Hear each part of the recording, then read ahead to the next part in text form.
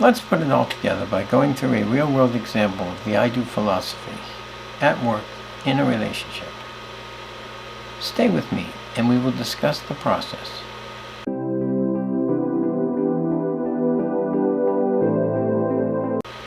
Greetings, daters of all ages. I'm John F. Whitney, author of the book, I Do, If It's Equitable, a philosophy for dating and marriage to avoid the potential horrors of divorce. I will be your host and your guide as we discuss the I Do philosophy. This is Section 3, Video 1 of 2, a real-world example of the I Do philosophy. The red square at the bottom right-hand corner of your screen is a subscribe button. If you feel I'm doing a good job, please consider clicking that subscribe button anytime during this video. Timing is everything. An unwavering belief in the I Do philosophy is absolutely essential if an I Do marriage contract is to be considered. Why? The topic of a marriage contract will likely be a sensitive one to raise and discuss. Therefore, when is it appropriate to raise the issue of a marriage contract? Too soon, and the relationship might suffer needless trauma. Too late might mean that you have only avoided the inevitable, or trends have become cast in stone. Likewise, when is it appropriate to draft the marriage contract? Too soon, and it might require extensive modification. Too late, and it might not be as complete as possible. The best advice I can give is to adopt the I Do philosophy in one of two approaches. The first is to live and breathe it every waking hour of the day. Keep a copy in plain sight. At some point, urge your partner to read the book. In so doing, they will become enlightened as to the eventual contract which will be expected of the relationship. If they balk at the I Do philosophy or its expected contract, then you might decide they represent a risk that you are not willing to take. A second approach would be to introduce the I Do philosophy in phases. You decide when and how much of the content to share with those you date. At some point, however, make the other person aware that you believe in the I Do philosophy so strongly that you are willing to put it into writing. Are they willing to do likewise? If not, then perhaps they should not remain in your life. All this stated, perhaps the best way to put it all together is to see the I Do philosophy at work in a relationship. Let's look at a real-world example of the I Do philosophy, and then use this example to draft an I Do contract in our next video. And a 1 and a 2. A free copy of the book, I Do, If It's Equitable, to the first person who, in the comments below, can tell me where and a 1 and a 2 came from. A real-world example of the I Do philosophy. Specific elements are cited where appropriate. John is a 40-year-old professional, never married. He is employed at $90,000 per year. His take-home pay is $6,000 per month. He rents an apartment. He drives a 2020 Equinox. Jane is a 30-year-old billing specialist for a medical doctor. She is recently divorced and has a 6-year-old daughter. She makes $30,000 a year. Her take-home pay is $2,000 per month. She rents an apartment. She drives a 2018 Civic.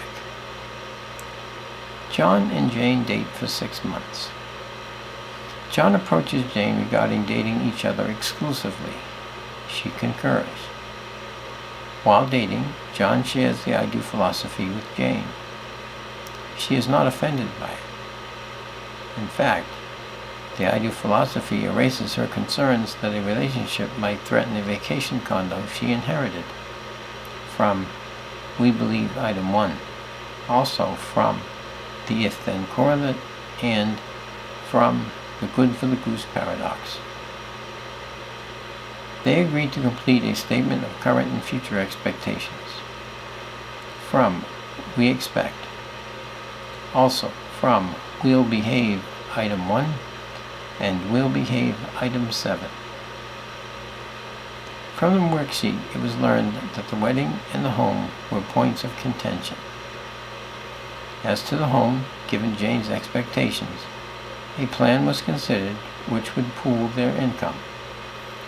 Jane's debts would be eliminated first. John's debts would then be eliminated. Jane's credit rating should increase with the elimination of her debts. John's income and veteran status might assist in the purchase of a home. However, buying a home might have to be postponed. Some months later, John asks Jane to marry him. She accepts. A date is set. From the current and future expectations worksheet, it was learned that they would have to absorb the wedding expense. In turn, a decision was made as to minimize the expense of the wedding. A statement of net worth would be completed 1 month prior to the wedding date. From we owe and own. It was decided that both must continue to work. From we believe item 7. Therefore, an apartment midway between each of their work sites was chosen. Common monthly expenses are as follows. Rent, $560. Food, $280. Lights, $40. Cable, $40. John's salary is 3 times Jane's. Therefore, his obligation is also 3 times hers, as is his equity. From we believe item 4. Each contributes the following to expenses on a prorated equitable basis. From we believe item 4. Rent, John, $420, Jane, $140.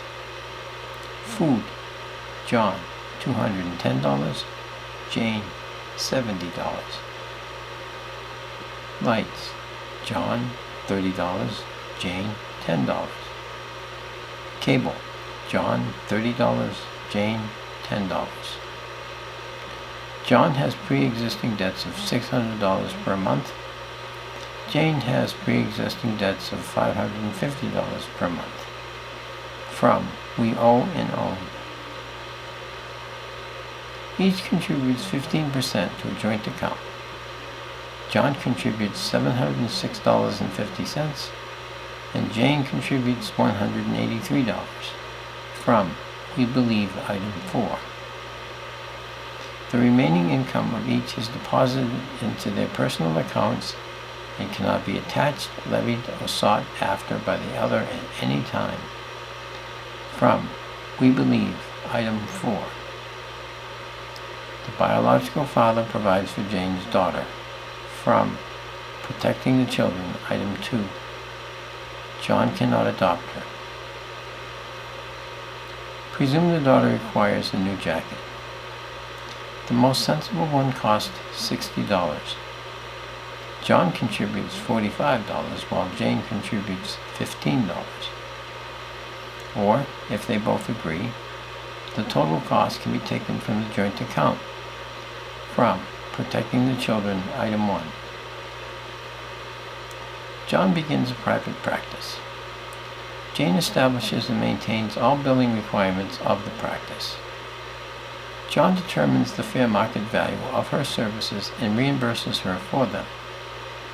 She has no further claim to his business. From will behave item 14 and will behave item 7. However, the prorated amount each contributes to the common expenses must be adjusted accordingly. From we believe item 4. John now has 4/5 obligation in equity, while Jane has 1/5 obligation in equity. Both must contribute 15% of their income into the joint account. The remaining income is deposited into each of their personal accounts. From We Believe, Item 4. John and Jane alternate food shopping. From Will Behave, Item 2. The grocery bill is paid for from the joint account. From We Believe, Item 4. On the way home, Jane notices a leather jacket in a store window. She does not have her checkbook with her. She respects the joint account and does not purchase the jacket with the funds. From Will Behave, Item 4. She muses about calling John and asking if the joint account might loan her the funds until she can return them, but decides not to bother him with such a trivial matter. From Will Behave, Item 4 and Will Behave, Item 6. John takes Jane to a very elegant restaurant. From We Believe, Item 8 and We Believe, Item 9. She notices that only his menu has prices on it. This, he explains, is because he is presumed to be paying the bill. Therefore, his guest is not bothered with such things as price. This offends Jane. After all, she is a woman of today. Being sensitive to her beliefs, John offers Jane the menu, with the prices on it, if she will agree to pay for the meal. She declines. From Will Behave, Item 2, from We Believe, Item 8, and from the Split Personality Syndrome. They go house hunting and find a nice place that is listed at $250,000.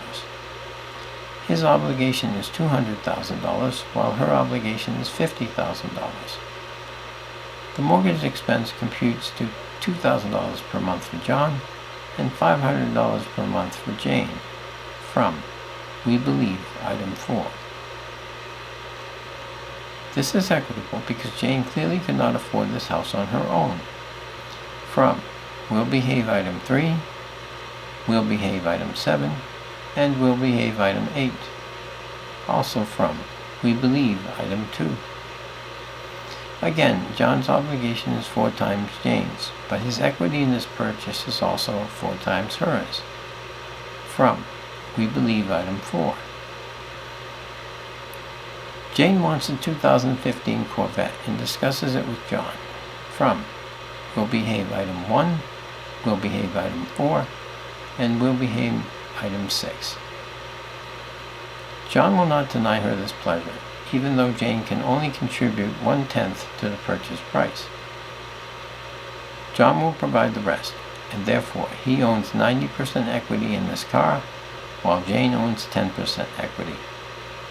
From Will Behave, Item 3, Will Behave, Item 4, and Will Behave, Item 6. Also from We Believe in Item 4. Jane wants to remain home with her daughter. This issue was discussed prior to marriage. From Will Behave, Item 1, Will Behave, Item 4, and Will Behave, Item 11. Also from Will Believe, Item 7, and Will Believe, Item 10. They decided that Jane could remain home with the daughter if 1. Her existing debts allow it. 2. An equitable solution could be found to compensate them both for her remaining at home. And 3. A means could be found that prevents Jane from feeling dependent upon John for personal or spending money. They can meet all these criteria. Her income will be lost. John absorbs this income loss and thus must meet all monthly expenses on his own. In return, Jane's equity is fixed at the current level while she remains at home with the daughter. This protects Jane. She earns 1/5 of all property acquired and has access to the joint account without having to contribute to either. The fair market value for her homemaker duties is paid to her. This preserves her ability to contribute to her personal account and renders moot any further arguments over such intangible compensation. This solution also protects John by giving him and his family peace of mind regarding the care of his stepdaughter. John's contribution to the joint account is decreased to $1,500 per month. His equity in this solution is protected, because once expenses and joint obligation is met, all remaining income is deposited into his personal account. Presume expenses and obligations remain stable. He keeps 4/5 of any future income increases he earns. From the joint account, John and Jane go on a Bermuda vacation. From We Believe, item 8. While there, Jane buys him an antique microscope for his study.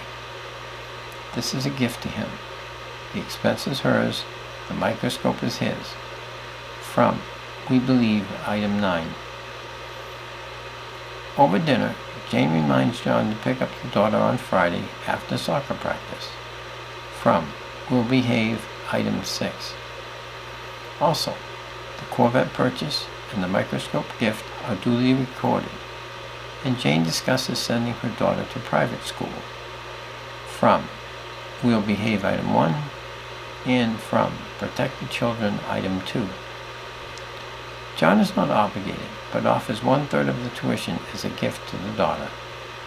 From We Believe, item 9. Jane and the biological father must provide the rest of the tuition. From Protected Children, item 2. For the sake of discussion, they divorce. The home is sold. The equity in the house is $50,000. John will receive $40,000, while Jane will receive $10,000. From Will Behave, item 7, and Will Behave, item 8. Also from We Believe, item 3. Jane wants to keep the house. To do that, she would have to buy out John's equity in the house. First, she must reimburse him for his portion of any mortgage payments he made to this point.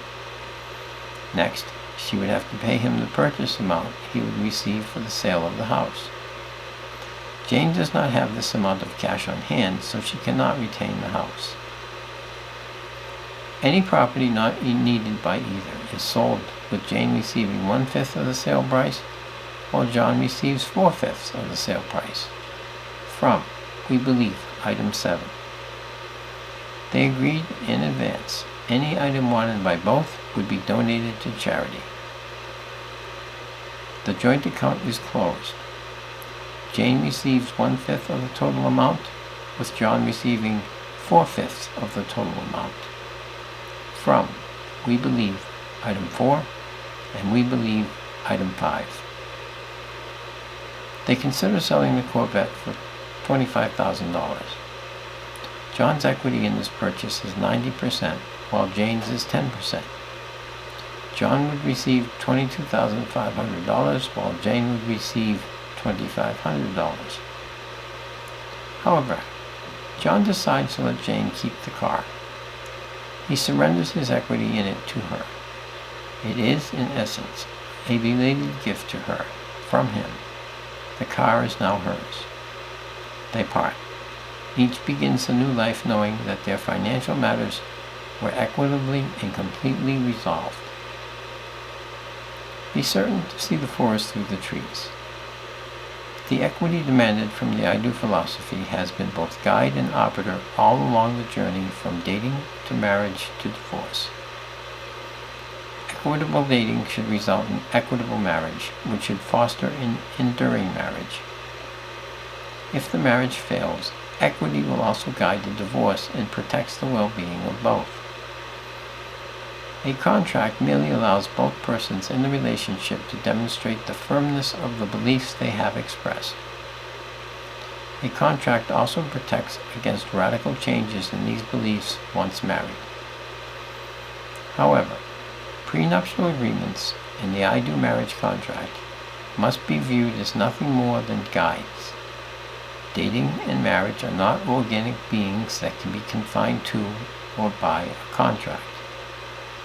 Any prenuptial agreement, as well as the I Do philosophy itself, merely assist to keep the marriage goals of each partner on track and focused as to potential stumbling blocks, i.e., priorities, responsibilities, wants, needs, etc. Ultimately, regardless of the guide used, the burden rests upon both persons in the relationship to nurture the relationship. Truly loving and protecting the other can only occur if loyalty resides in the hearts of both persons. To this end, then, the I Do philosophy is offered as a blueprint toward a loving, lasting relationship. May it be so. Epilogue. And then there were two. With proper respect to the Apostle Paul. Finally, brothers and sisters, whatever is true, whatever is noble, whatever is right, whatever is pure, whatever is lovely, whatever is admirable, if anything is excellent or praiseworthy, think about such things. I wish you the best of luck in your search, and may you find all that you seek. This concludes our discussion on a real-world example of the I Do philosophy. Our next topic will be a real-world example of an I Do marriage contract. I hope you will join me. If you learned anything of value, please consider hitting the like and share button. Leave me a comment, especially if you have a question, concern, problem, or issue we might be able to solve together. Or perhaps you can assist me in improving my presentation to you. Finally, if you feel that I am worthy of your time and effort, please consider subscribing, and don't forget to hit the bell icon so you know when I upload a new installment of the I Do philosophy. Until next time, date wisely, date safely, and remember, I do, if it's equitable.